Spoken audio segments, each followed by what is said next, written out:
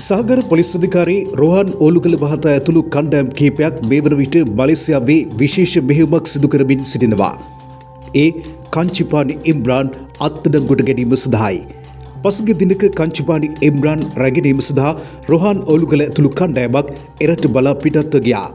නමුත් යම්කිසි හේයකින් ඔවුන් සම්බන්ධයෙන් දැනුවත් වීමෙන් පසු කංචිපානි එම ස්ථානයෙන් පලා ගොස් තිබෙනවා. කෙසේ වෙතත් කංචිපානිගේ සමීපතම වන රත්මලානි සයිමා ඇතුළු පාතාල අපරාධකරුවන් 3 දෙනෙක් අත්අඩංගුවට ගැනීමට රෝහන් ඕලුගල ඇතුළු කණ්ඩායම සමත් වුණා. මහාමාර්ගයේ ගමන් කරමින් සිටියදී මේ පිරිස අත්අඩංගුවට ගත් බවටයි තොරතුරු අනාවරණය වුණේ. රත්මලානි සයිමා ඇතුළු මෙම පාතාල අපරාධකරුවන් 3 දෙනා අද ශ්‍රී ලංකාවට රැගෙනීමට නියමිත බවටත් තොරතුරු අනාවරණය වෙනවා. විශේෂ ආරක්ෂාවක් යටතේ රැගෙන එන මේ අපරාධකරුවන් 3 දෙනා වැඩිදුර විමර්ශන සඳහා අපරාධ පරීක්ෂණ දෙපාර්තමේන්තුවට බාර දීමට නියමිත බවත් පොලිස් මූලස්ථාන ආරංචි මාර්ග සඳහන් කළා. සහකාර පොලිස් අධිකාරී රෝහන් ඕලුගල ඇතුළු කණ්ඩායම කංචිපානි ඉම්රාන් අත්අඩංගුවට ගැනීමේ මෙහෙයුම අතරමඟ නතර කර මෙරටට පැමිණියත් මලේසියා පොලිසිය සහ ජාත්‍යන්තර පොලිසිය මෙම අපරාධකරු කොටු කර ගැනීම සඳහා අඛණ්ඩව විමර්ශන සිදු කරනවා. පාතාල නායක කංචිපානි ඉම්රාන් මේ වන විට මලේසියාවෙන් පලායමට නොහැකි වන ආකාරයට කොටු කරගෙන සිටින අතර කොයි මොහොතක හෝ ඔහු අත්අඩංගුවට පත්වනු ඇති බවයි එම ආරංචි මාර්ග අඩුව කියවෙන්නේ. විමර්ශන නිලධාරීන් පවසන ආකාරයට මලේසියාවේ අත්අඩංගුවට පත් වූ රත්මලානි සයිමා කංචිපානි ඉම්රාන්ගේ මත්ද්‍රව්‍ය ජාලය සහ පාතාල ක්‍රියාකාරකම් වැඩි ප්‍රමාණයක් මෙහෙවා තිබෙනවා. සුපිරි ධනවතෙක් බව කියන රත්මලානි සයිමාට තායිලන්තයේ පස්මහල් සුපිරි හෝටලයක් ඇතුළු තවත් ව්‍යාපාර රැසක් ඇති බව මේ වන විට අනාවරණය වෙනවා.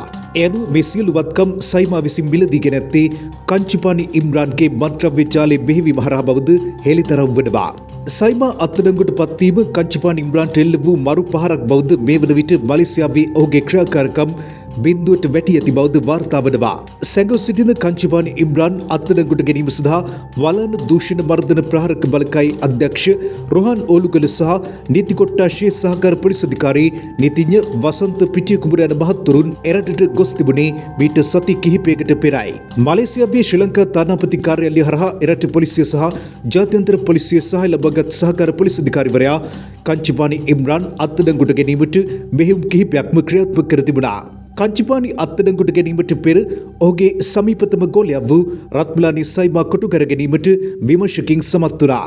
සයිමා කොටු පුවත සැලවීමත් සමග කංචිපානි ඉම්රාන් සැඟව සිටි ස්ථාන මාරු කර වෙනත් ස්ථානයකට මාරු වී රහසිගතව සිට තිබුණා. සති කිහිපයක් තිස්සේ මෙහෙයුම් ගණනාවක් ක්‍රියාත්මක කළද කංචිපානි ඉම්රාන් කොටු කර ගැනීමට විමර්ශකයින්ට හැකි වුණේ නැහැ. ඒත් කංචිපානි එරටින් පලායම වැළැක්වීම සඳහා එරට සියලු ගුවන් තොටුපළවල්, වරායවල්, මුහුදු මාර්ග සහ රටින් පිටවීමේ දොරටු සියල්ල අවහිර කිරීමට එරට පොලිසිය කටයුතු කර තිබෙනවා. ශ්‍රී ලංකා පාතාලයේ අංක 1 අපරාධකරුවෙක් මෙන්ම මත්ද්‍රව්‍ය ජාලයේද ප්‍රධානියෙක් වන කංචිපානි ඉම්රාන් අත්අඩංගුවට ගැනීමේ මෙහෙයුම සඳහා ජනපති අන්ඩු කුමාර දිසානායක මහතාගේ පූර්ණ සහාය ලැබී තිබෙනවා. ඇමති ආනන්ද විජේපාල පොලිස් අමාත්‍යාංශ භාර ලේකම් රවි සෙනවිරත්න පොලිස්පති ප්‍රයන්ත් වීරසූරිය මහතුරුන්ගේ පූර්ණ අධීක්ෂණය යටතේ මෙම මෙහෙයුම සිදු කර තිබුණේ ඉතාමත් රහසිගතවයි. කංචිපානි ඉම්රාන්ට දැල එලනවා කියලා කංචිපානි ඉම්රාන්ව හොයාගෙන එනවා කියලා කොහොමද දැනගත්තේ? අන්න ඒ ප්‍රශ්නය තියෙනවා. ආරක්ෂක තුළ සිටින දූෂිත නිලධාරීන්ගේ අනුබලයකින් තොරව මෙවැනි ජාත්‍යන්තර මට්ටමේ පලායමක් සිදුවීම අපහසුණත් පොලිසියෙන් තොරතුරු ලීක් වුණාද කියන සැකය පමණක් ඉතිරි වන අතර ඊට වෙනත් හේතුද එන්න පුළුවන්. දැන් ප්‍රධාන සැකය මේකේ තොරතුරු කාන්දුනාද කියන එක. නමුත් සමහර විට එතනින් එහා මේ ලැබුණු ස්ථානීය තොරතුරු පැරණිවීම වෙන්නත් පුළුවන්. මොකද කංචිපානි ඉම්රාන් දැනටම දැනුවත් තමන්ගේ වටේ ආරක්ෂක දලක් එල්ලලා තියෙන්නේ. තමන්ව කොයි මොහොතේ හරි කොටු කරගන්න පොලිසිය එන්න පුළුවන්. ඒ නිසා ඔහු තමන්ගේ වාසස්ථාන මාරු කරමින් ඉන්නේ. කේල්බද්දර පත්මෙත් මේකම කරා. ඉතින් කංචිපානි ඉම්රානුත් ඒ විදිහටම කරන්න ඇති කියන සැකය පොලිසියට තියෙනවා. ඒ ස්ථානීය තොරතුරු සමහර විට වෙනස් වුණා වෙන්න පුළුවන්. ඔලුගල මහත්තුරු බලපු තැන නෙවෙයි වෙනත් තැනක කංචිපානි හිටියා වෙන්න පුළුවන්. ඊළඟ කාරණාව ඉම්රාන් නිතර නවාතැන් මාරු කිරීම. මේක ඉම්රාන් ඔය සයිමවත් දැනුවත් කරමින් සිදු කරා කියලත් මේ වෙනකොට අනාවරණය වෙලා තියෙනවා. මොකද ඔහු දන්නවා Tamanට අවදානමක් තියෙන බව. මේ නිසා ඔහු එක තැනක රැඳී සිට නැහැ. මේ එක තැනක කියලා මම කියන්නේ දැන් මැලේසියාවට ඇවිල්ලා මැලේසියාවේ හෝටල් දෙක තුනක නවතින කතාවම නෙවෙයි. රට රටවල් මාරු කරනවා මේ අපරාධකරුවන්. ඒ කියන්නේ ඉන්දුනීසියාවෙන් ඉන්දියාවට, ඉන්දියාවෙන් සිංගප්පූරුවට වගේ ප්‍රංශයට ඊට පස්සේ මේ වගේ රටවල් මාරු කරනවා. තමන්ගේ ස්ථානය වෙනස් කරනවා. ඊළඟ කතාව සයිමා සහ ඉම්රාන් වෙනම රැඳී සිටීම. දැන් වාර්තා වෙන විදිහට මේ සයිමා එහෙම නැත්නම් මේ මූල්‍ය උපදේශකයා වෙනම ඉන්නේ, කංචිපානි වෙනම ඉන්නේ. මේකත් ඔවුන්ගේ සැලසුමේ කොටසක්. එහෙනම් අපි එකට ඉඳලා අහුනොත් අවුලක් වෙනවා. ඒක නිසා වෙනම ඉන්නවා. ඒක තමයි මේ උපක්‍රමය. මැලේසියානු නීතිමය අවසර ලබා ගැනීමේ ප්‍රමාදයන් මේක යම් කිසි විදියකින් කංචිපානිට පලා යන්න උපකාර වුණා වෙන්නට පුළුවන්. වෙනත් ව්‍යාජ ලේඛන හෝ මාර්ග භාවිතා කිරීම. මේ ව්‍යාජ ලේඛන කියලා අපි අදහස් කරන්නේ ඔය අපි දන්නවා මේ කේල් භද්‍රපත්මය ඇතුළු මේ අපරාධකරුවන් බොහෝ දෙනෙක් ව්‍යාජ පාස්පෝර්ට් උපයෝගී කරගෙන මේ රටින් පලා යන්නේ. දැන් ඉෂාරා සෙව්වන්දි පවා එහෙමයි.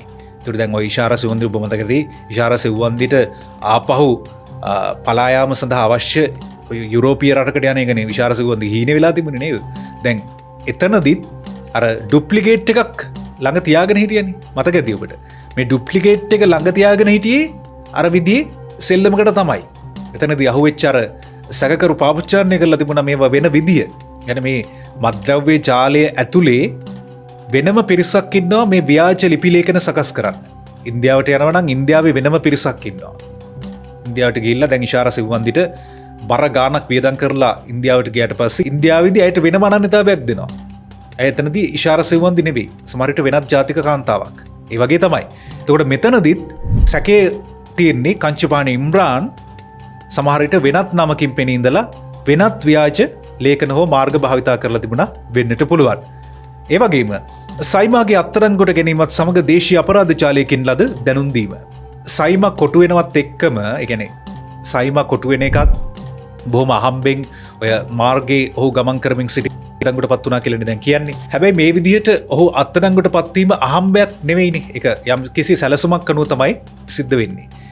ඒ විදිහට ඔහු අත්අඩංගුවට පත් වුණාට පස්සේ මේ සම්බන්ධයෙන් ජාත්‍යන්තර ජාලය හරහා තොරතුරු කාන්දු වීමක් සිද්ධ වෙලා තියෙනවා. ඊළඟ කාරණාව තමයි මේක බොහොම බරපතල කාරණාවක්. ඇතැම් පොලිස් නිලධාරීන් මාධ්‍යවේදීන්ට පැවසූ තොරතුරු හරහා පුවත ලීක් වීම. මේ කාරණාවත් බොහොම බරපතලයි. මොකද මේක මින් ඉහතත් අපි කතා කරා විවිධ වෘත්තිකයන් මේ වෙනකොටත් පාතාලෙට වැඩ කරනවා. මේ වෘත්තිකයන් අතර ග්‍රැෆික් ඩිසයිනර්ස්ලා ඉන්නවා. මේ වෘත්තිකයන් අතර මාධ්‍යවේදීන් ඉන්නවා. සමාජ මාධ්‍ය ක්‍රියාකාරීන් ඉන්නවා. එතකොට මේ වෘත්තිකයන්ගේ රැකියාව තමයි මේ කියන තොරතුරු කාන්දු කිරීම. නැත්තම් ඒ පාතාල සමාජිකයන්, පාතාල නායකයන් උත්කර්ෂයට නැංවීම. ඔවුන්ගේ විරුද්ධ පාර්ශවවලට මඩ ප්‍රහාර දියත් කිරීම.